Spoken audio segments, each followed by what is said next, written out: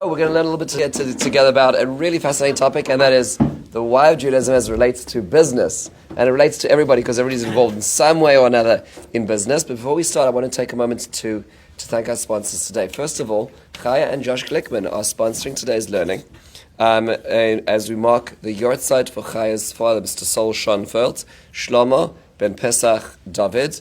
And when I asked Chaya a little bit about her father, the one midah that she mentioned was that he was a person who's ma'avir al ha'midasav, a person who didn't stand on himself and his ego, was able to overlook, which is I guess a life lesson for the rest of us. We're trying to look in, and Mitzvah Hashem, little Sally should be a good example of the life that he led, Be'ezrat Hashem. We also thank Marilyn and Elliot, who are sponsoring as we mark the yahrzeit of Judith Abraham Steinberg, Yehudis Liba Bas Simcha Kohen Aleh Shalom. And there's so many reasons why we should know and appreciate Mrs. Steinberg, and one of them is because SKA is named after her mother. And that doesn't just a school, it is an example of the many different communal leadership ventures that they were involved with, as her and Baruch Hashem, her husband, of blessed the memory, Dr. Edward Steinberg, founded and supported so many Torah and Chesed institutions around the world, here in America and in Israel as well. And it makes so much sense that the apple doesn't fall far from the tree. Be'ezrat Hashem, her memory should be a blessing. We're also learning Le'ilui Nishmas Yoel, and we thank Yoel and Ahuva Shmel, who are sponsoring Le'ilui Nishmas, his mother, Chana Miriam Bas Ben Sion Chaim Aleh Shalom. And she grew up in Seattle, Washington, as a Holocaust survivor parents. She was a Balas Tshuva on her own accord during high school. Oh, Yoel, just getting to your mother. And she was a preschool teacher of the 2 to 3 year olds in Memphis Hebrew Academy in Baron Hirsch, where she was appreciated for her love and devotion to her children. Unfortunately, she passed at the very early age of 27, and the loss was felt very much by everybody. She was a person who was specifically dedicated to Shmiras Halashon, making sure to look after the way that she spoke about others, and anyone who knew her knew that this strength, which was an influence on others, to their commitment to being careful about what they said, and her memory should continue to be a blessing. And the Neshama should have an aliyah. So let's start a little bit of our learning together today. So first question is, and a very basic question is, why is it that Judaism has laws that relate to business in the first place? Like it's a basic question. Jews Meaning, don't have business? the Torah should stick to Torah, which is, like nice ideas in shul, Like, it's like, why is it prescribing? I remember there was a time where Rabbi Teitelbaum was called by somebody in the community about a congregant who was not doing that which was yashar v'kashar. Everything wasn't 100% in line. And Rabbi Teitelbaum, to his credit, took this very seriously. And he felt responsible for the way that people in this shul were behaving, even perhaps in the walks of life. And he called this person up, and the man said to Rabbi Teitelbaum, "Frankly, Rabbi, I don't believe this is your business." Meaning to say, give droshes in shul, but this is not, what the way I do this and what people see. That's not. So it's an interesting question. Some people said to me that in Christian theology, it's very much limited to the church. I'm not a Christian theologian, so I don't know. I haven't done my business homework in that. But what is interesting about Judaism is Judaism says that when there's people who have a dispute,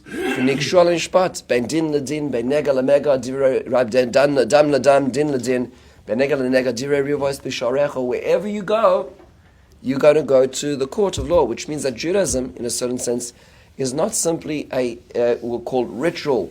Rituals live in shuls. It is also social. It is also interpersonal, and therefore governs the way that we talk in the street, the way that we walk in the street, from, as I remember Rav Willig used to say, from the boardroom to the bedroom. Right? So Judaism governs every aspect of our lives, and there's no way to differentiate and bifurcate as well. Rav Soloveitchik used to say, the Gemara says that when Rabbi Yosef, if it was Messiah who used to come to Shavuos, he used to make a big su'udah. Why? He says, Harbe Yosef Ika B'shuka. He says, before I discovered Torah, there were many Joes in the marketplace. Now became Rabbi Yosef. It sounds a little distasteful because now he's wearing a big frock and a hat and everybody recognizes him and stands up when he walks. Is that what he's saying? So Rav Soloveitchik used to say, no. It says that before Torah came along, he used to be Joe in the marketplace, and he used to be Joe at the casino, and he used to be Joe with the friends at night on Saturday night, and there was Joe in, and then he realized that he needed to consolidate. He needed to be that there was one Yosef who was going to be all the way through his life, and that's Torah law is a value system rather than it is a legal system. So this is the first starting point. I'm going to interrupt myself. Just wish a mazel tov to Baruch and Esther. They just came back from naming Yakira Sarah, their granddaughter, on Shabbos, which was very, very special. Very, very special. Ezra Hashem continued simcha. That's just so wonderful. And coming to shir on Sunday morning. No, you're right, but you could argue that Judaism its department should be related to ritual activity. How I daven, how I keep Shabbos, how I do Yom Tov, but there's a whole other section of Judaism which most people don't know, and that's called Choshen Mishpat, and that's how we deal with money as well. And so Judaism relates to that as well. So that which relates to the next question, which is, why do Jews need to go to Jewish court? So this actually relates to an upcoming parasha, and that is Eile HaMishpatim Asher Tasim Lifneihem. The Gemara tells us in Gittin, Asher Tasim Lifneihem, that you should place in front of you, V'loi Lifnei Oved Kochavim, and that you should not go to the courts of the secular courts, the courts of non-Jews. The reason for this, when the Rambam paskins this in halacha, the Rambam says is because what it does is if you go to a secular court first, it indicates that it's as if you are ignoring. You're saying that Jewish law is subpar when it comes to dealing with these things. And that's seen as a terrible thing as well. However, it is worthwhile noting that there is permissibility to go to the secular courts, and that is in a case where a Beis Din will give what's called a heter arkais, where it allows a person to go to non-Jewish court. Typically, this is done in a case where one of the litigants refuses to appear. Usually the defendant will refuse to appear. And there's in a secular society, Judaism today does not have the leverage to force a person to come to courts. They'll say, you may go to secular courts. Unfortunately, in the American system of Beis Din, it's become more complicated, as we discussed in previous times, because unfortunately there's no centralization of the Jewish community, which allows multiple different people to set up their own, to hang up a shingle and start their own Beis Din, and not all Batei Dinim are that reputable, unfortunately. And therefore people can play games, litigants can play games where they just sort of bounce around and they say, I'm going there, and it makes them more complicated. In centralized communities, let's say like London or in Johannesburg, where there's a centralized Beis Din, there's no games to be played. If you're summoned to court, you have to go to court. And there's a panel, and it's a set panel. And so in that case, because in Chicago, as an example, it's centralized under the CRC. So then it's much harder, and there's more respect given to Beis Din. Unfortunately, in New York, it's really the Wild West. Unfortunately, the Wild East when it comes to that, and Beis Din has got to have a bad name, but one should not throw out the baby with the bathwater, because there are many good Batei Dinim. It's important to pursue that before jumping to the conclusion of going to a secular court, which now leads us to the next question, which is, so why does Torah law give credence to the law of the land? Right? This is what's called in the Gemara, Dina de Malchus Dina. Right? And this is a very important thing. So the first starting point for this is just to realize that it's a really important starting point, is that Judaism has learned to adapt two modalities of existence. One is as a sovereign power in its own country, and one is as a diaspora reality in somebody else's country. That's a very important. You think, of course. That's not enough, of course. Let's look at another example. Let's look at Islam. Islam has never figured that out, as an example. Islam does not know how to be a diaspora reality. As you think about the Palestinians, it's a black or white thing. Either we're in control and dominating and eradicating you, or there's no alternative, right? But there should be an example of living in somebody else's country, paying somebody else's taxes, and living in that country. They haven't figured that out yet. They have not worked out how to be diaspora Muslims, right? There's only one modality is dominating and being in control of others, right? And Judaism has been forced to adapt itself to other countries, to other legal systems, to other cultures, and living within it. And it's such an important point to understand, is that Judaism therefore recognizes those other law systems, as opposed to, let's say, saying, no, we refuse to accept English law and we're going to have an area which is dominated by Sharia law, and that's the only thing. Judaism has figured out in la halacha how it can possibly exist within another culture as a subculture as well. And that's and part of that is giving credence to Dinah de Malchus Dinah. So much so, this isn't something that the rabbis figured out at the times of the Mishnah. This is something that already Yirmiyahu talks about on the cusp of going into exile. Yirmiyahu describes how Dirshu is Shlom Ha'ir. You're going to go to Babylon, seek out the peace of the city you live in, because in its peace you will find peace. That's what Yirmiyahu says to those diaspora Jews who are first going into a society not their own. Similarly, if you go further into the times of the Mishnah, we know that the Mishnah tells us is that you must have a mispalel b'shlom shamalchus. You need to daven for the peace of your government that you find yourselves in, because if it weren't for that, without law and order, things fall apart. And whenever you get into a progressive culture, thinks we need less law and order because we don't remember what it was like beforehand, the pendulum swings. And then suddenly we realize, wait a second, when there's no law and order, bad players step in. Not all the wonderful, idealistic progressives who remove the law and order, but all the bad players who are just waiting for the anarchy space to exist. And Jews usually suffer first. It's usually the way that it works in these societies. So Judaism has a very specific relationship to secular law, and in fact, and this governs many things. This governs taxes. This governs contract law. Right, this governs trusts. I was asking a shayla recently about somebody who set up a trust, and there was the trustee had borrowed money out of the trust and was going to try to pay it back, and it was a whole business. And I was speaking to Rabbi Yonah Rees, who's the Av based in the CRC, who I turned to for many of the Chosh and Mishpat questions, and he said it's a secular law question. Meaning we pass in this. This is a trust law. You go to secular law. Ask the lawyer in this particular case. The Judaism will respect what the law says in this particular case, because in this particular case there wasn't Jewish law, and therefore trusts the din of Malchus in this particular case. This is something which is necessary to be aware of. Unfortunately, because some of the countries that Jews have lived in have had crooked law. So, as an example, when you go out to Russia, and Jews lived for many, many years under corrupt societies.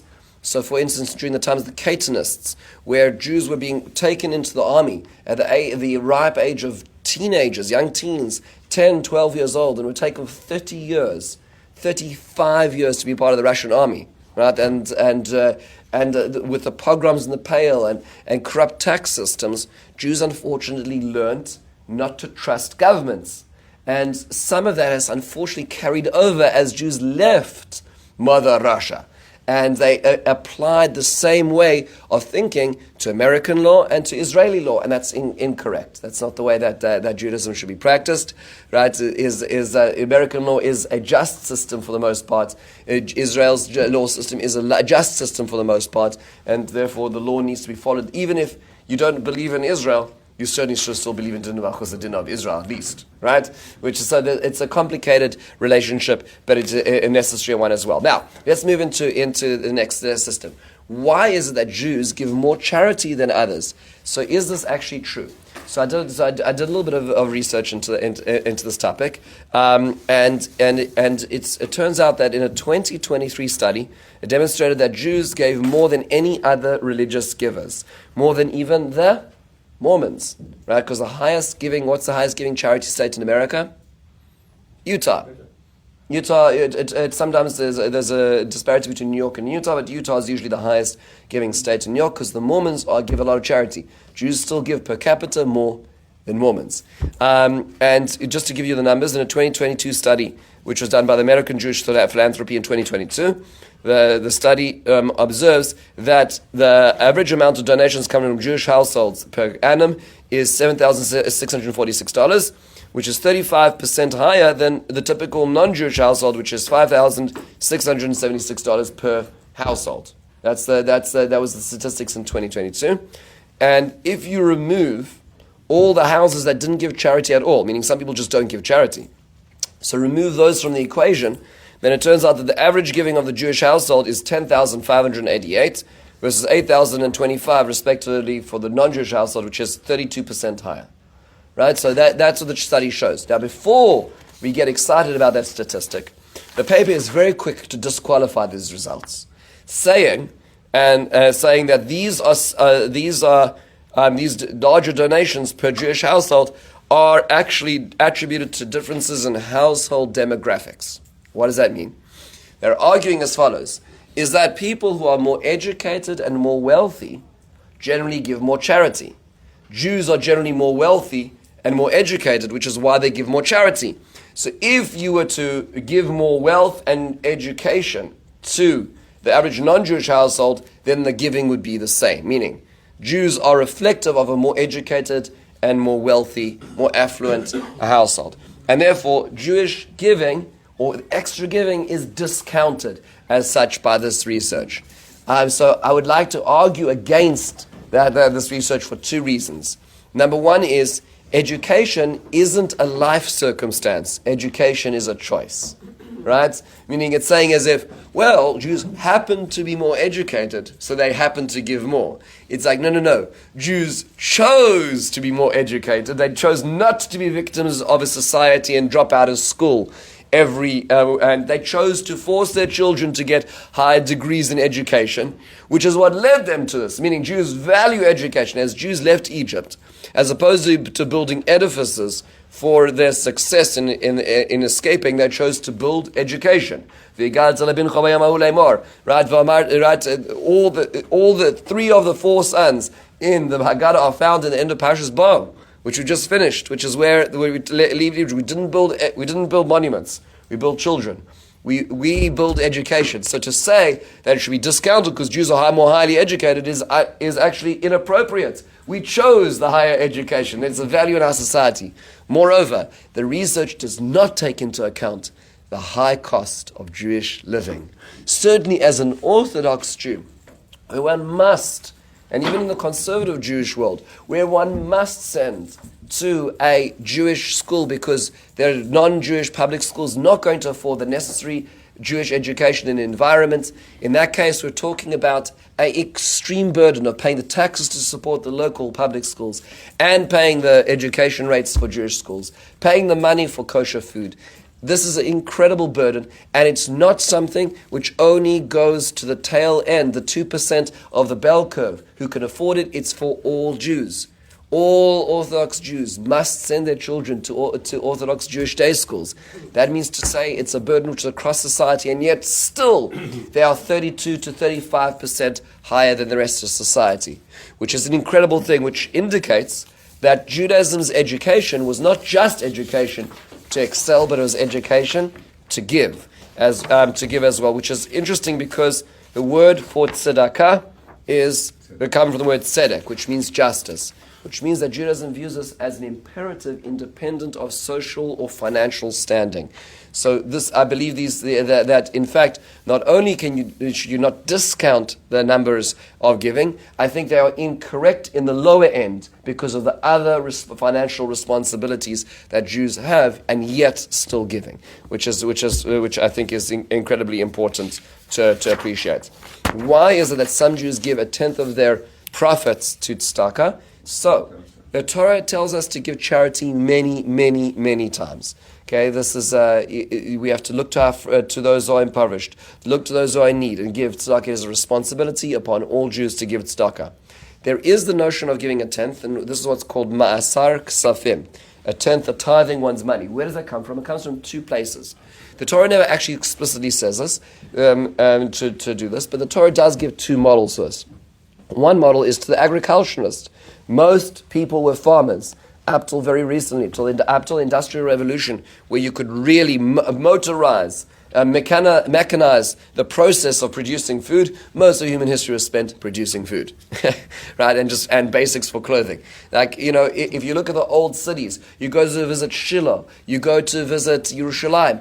They aren't that big. The old Jerusalem, not the old city, that's the new city. You go down to Ir David, where old Jerusalem was, and you go to Shiloh, you go to Jericho, you go to any old city. They're tiny. The reason is because most people weren't living in cities. Most people were living on farms. They only came to the cities when there was a siege. So the cities were very small. And that is because most people were farmers. The Torah does tell us there's rules for farmers.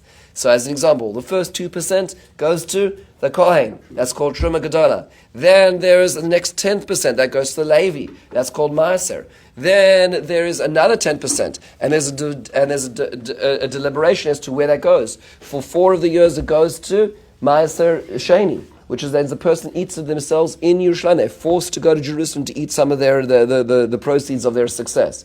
And then in the years, the alternating years, there's what's called Meiser Ani, where it goes to the poor. So in a certain sense, that 10th is actually, the 10th of Meiser Ani is sort of seen as the basic transcription to when we talk about a person who's earning money. I'm no longer plowing the fields. I have a business, I have employees, but nonetheless, we're borrowing from that, imposing on the business person, not the farmer, the same responsibility of the Maaser Ani is one place where it comes from. Another reason is because the Torah doesn't prescribe it, but it does describe it. As an example, by Yaakov Avinu. Yaakov Avinu goes out to on the bidding of his father and mother to Haran, and he says, HaKadosh Baruch Hu, if you save me, and you give me clothes, and you give me food, then what? I will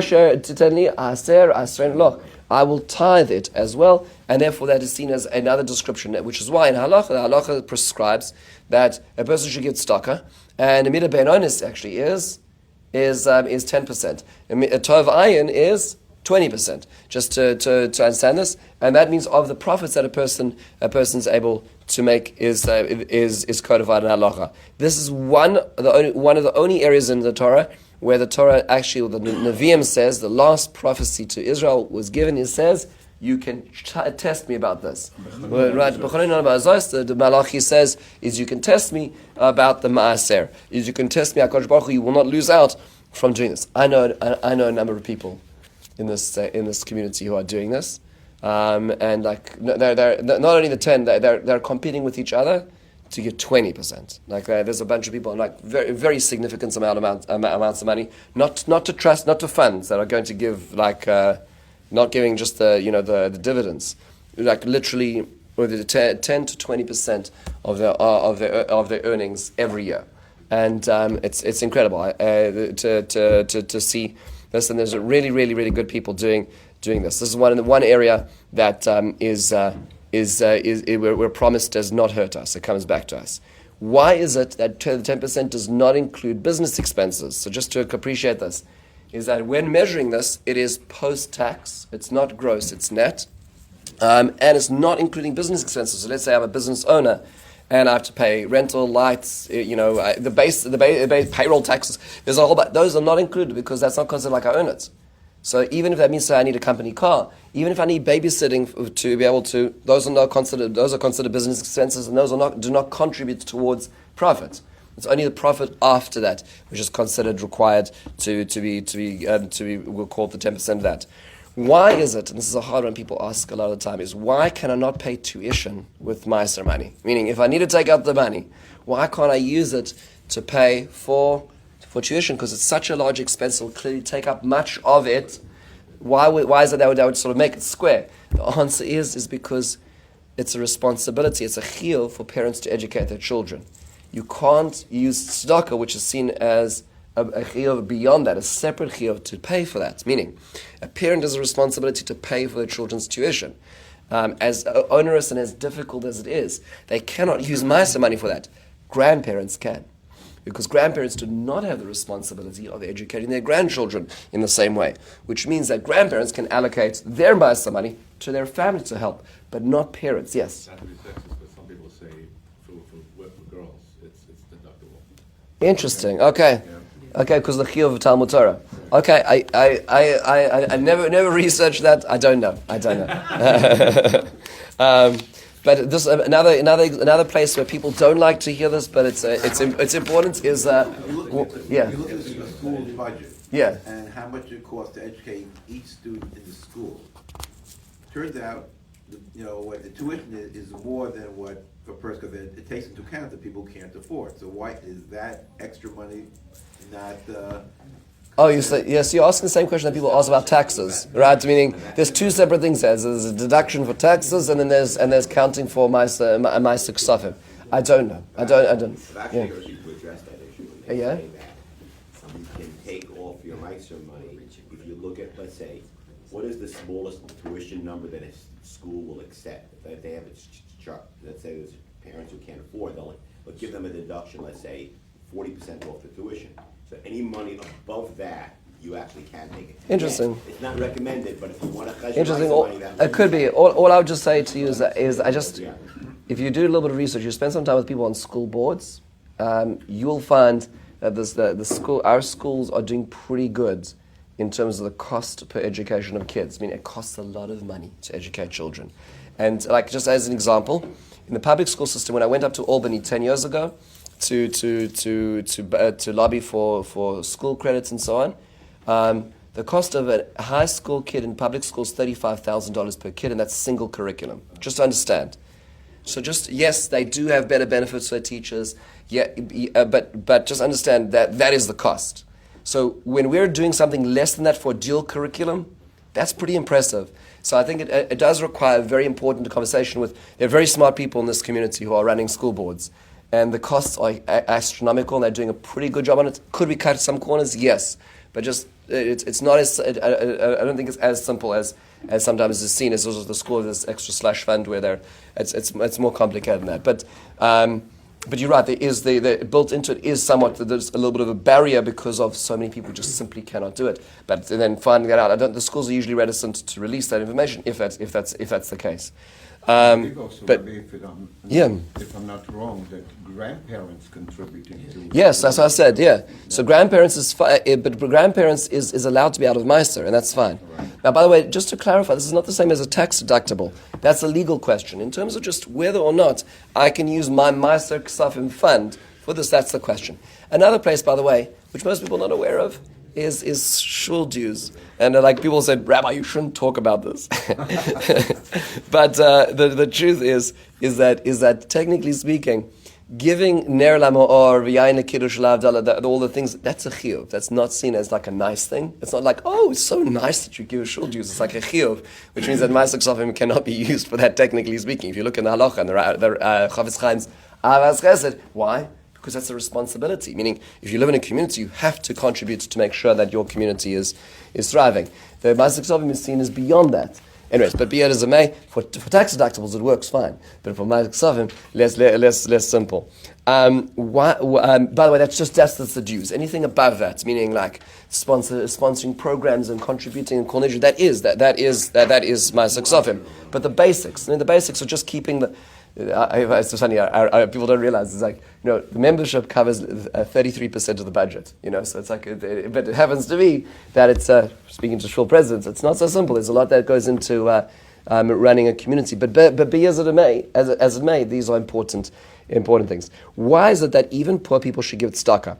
This is an interesting question because you would think, well, if a person is receiving tzedakah, then they should just stop, plug all the holes, and stop losing the money coming to tzedakah. So this is a good example where Judaism is a value system rather than it is a legal system.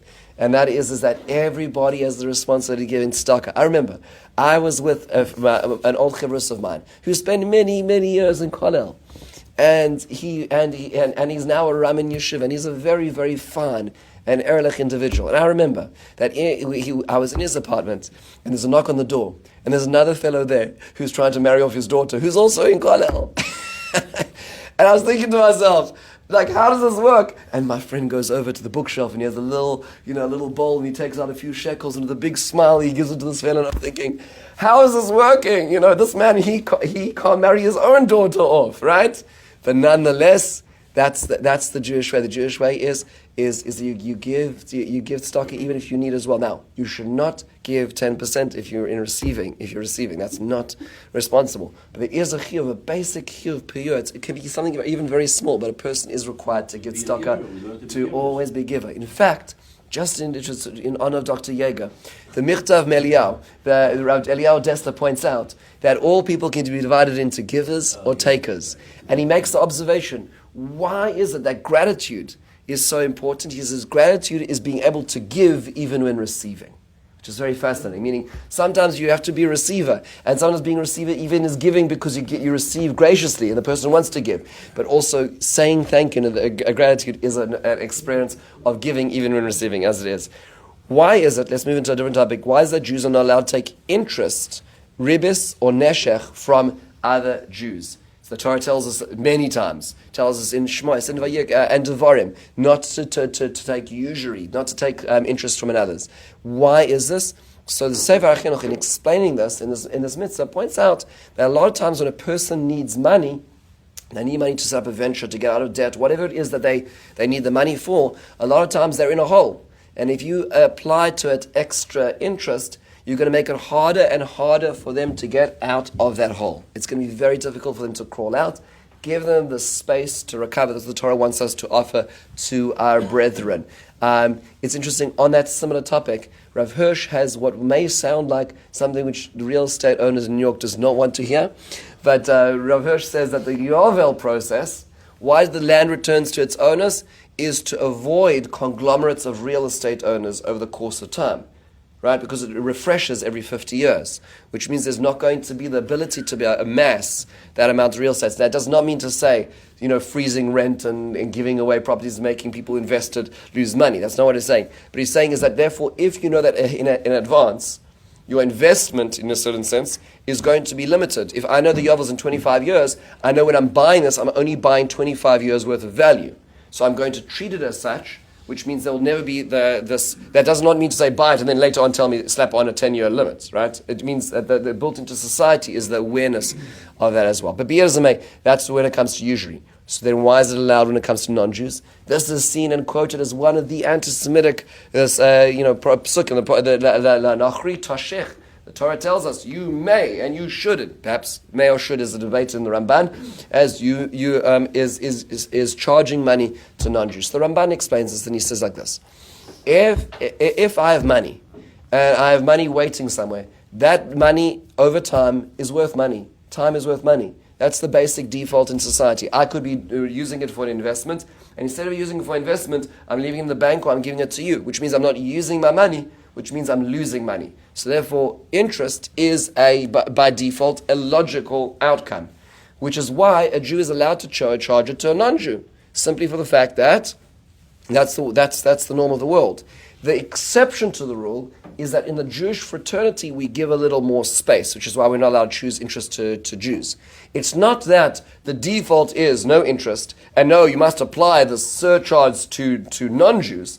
Now, just to sidestep into another religion, to Islam, they have something called the jizya. Jizya is a tax to the people of the book. In Islam, there are three types of people. There are Muslims, there are pagans. Pagans need to be killed, like the Zoroastrians are being killed today and eradicated in Iran. And then there are the people of the book. Those are Christians and Jews. Christians and Jews are allowed to live in a Muslim society. They're not allowed to hold office over any Muslim. And they must, they're called dhimmi, which means they're protected, and they must pay the jizya, the tax of the people of the book. Judaism, this idea of ribis is not that. This is not a tax on a non-Jew. It's the norm of how money works in society. It happens to be that the exception is that Jews are not allowed to charge other Jews interest. That's the way the Ramban understands it, which makes so much sense, right?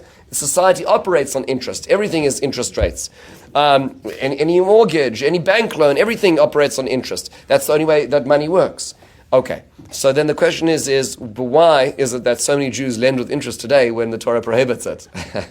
So already at the time of the Gemara describes the notion of an iska. An iska is a joint business venture. So let's say that the two of us, invest in something and there's dividends that come back over time.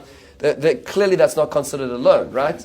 That's fine. It happens to be that as Jewish professions became more and more limited, right? So Jews had less ability to have professions. Money lending was one of the very few options they had, and as such, if you didn't have the capacity to lend, there would be no money. There'd be no food to put on the table.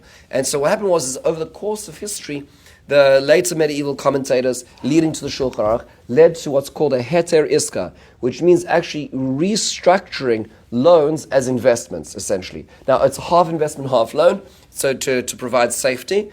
But the ultimate end, over even since the Shulchan Aruch, more regulation has been made to this document, which essentially restructures loans as investments, allowing the investment to happen, and the proceeds becoming a dividend rather than an interest payment as well. It does require a lot of work legally and halachically, and most people are not aware of this, but there are banks in Israel, right? And the banks in Israel charge interest.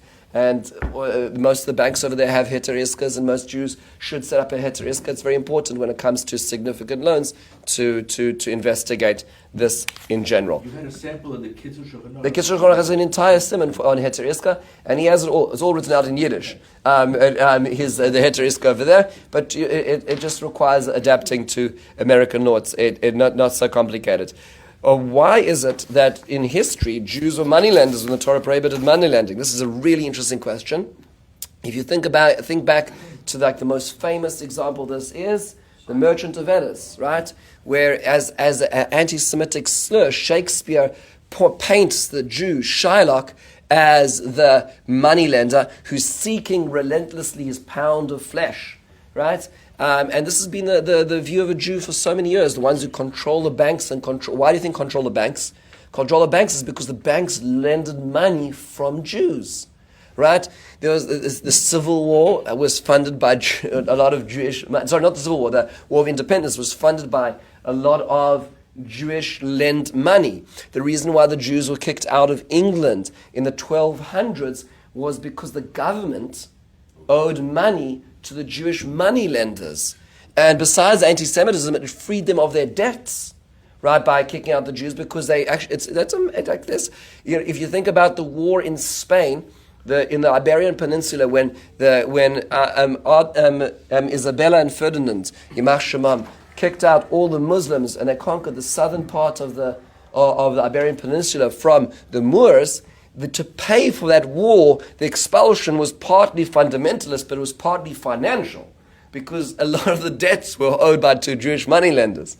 So just understand, when they cleared the war debt by reallocating the assets of the Jews. So you say, so why is the Jews the moneylenders? And the answer is because they were only allowed to be moneylenders, right? Jews were barred from most professions in Europe, and certainly in Europe. And in fact, it was also seen because in a misreading of the Bible, of the Old Testament, it was seen that usury and money lending was seen as a bad and a dirty profession. So they left it to the Jews, ironically, who were totally happy with it because they read the Bible correctly, which is that you're allowed to offer money lends and cash advances, we'll call it in those days, with profits. So Jews were only allowed this. It only happened in the 1800s when Napoleon conquered Europe and then spread the laws of liberty and fraternity that Jews were allowed to enter into other professions to a large degree. With the exceptions of places like Padua, where Jews were allowed to be doctors, Jews were not allowed to be doctors. Right? Jews weren't allowed to do things. In fact, if you read in the 1800s, even when Germany became so advanced, Jews were not allowed to own land in the late 1800s in Germany because they weren't allowed to amass wealth. So Jews were very, very limited in their ability to be able to earn, and money lending became the only option in a society which didn't allow us to survive. So then we were blamed for taking the profession that we were forced to be ultimately as well. Also, another in Muslim society, who do the Jews become? The alcohol sellers, right? Because in Islamic society, alcohol is not allowed. So the Jews were blamed for being alcohol sellers. Yes. Hard money lending, where there seem to be a lot of from Jews in hard money lending. Somehow that just doesn't seem to fit into the... Yeah, I'll tell you, unfortunately this is such an important thing to be aware of without discussing specific examples, but I'll tell you where this comes from. Is that it's so important to realize is that to exist as a Jewish family in a Jewish community, in an Orthodox Jewish community today, is so expensive. It's so expensive today. There's no such thing really anymore of a single salary family. You can't have two professionals earning enough money to exist in the Jewish community. It's not enough. It's not enough anymore. And the costs are so high of just mortgage, health insurance, tuition. It's not like it was 20 years ago. It's much, much harder, which means to say is that the notion of a Jew, an Orthodox Jew, growing up and becoming a professional and just earning enough money to get by is becoming exceedingly low, right? Very few professions provide enough money to be able to do this, which is why Jews are sort of finding ways where you can earn huge amounts of money faster. And so, unfortunately, you look at the professions where that expresses itself, and like the nursing home industry, home healthcare, that right now, home ABAs, like the ABA situation, hard cash advances.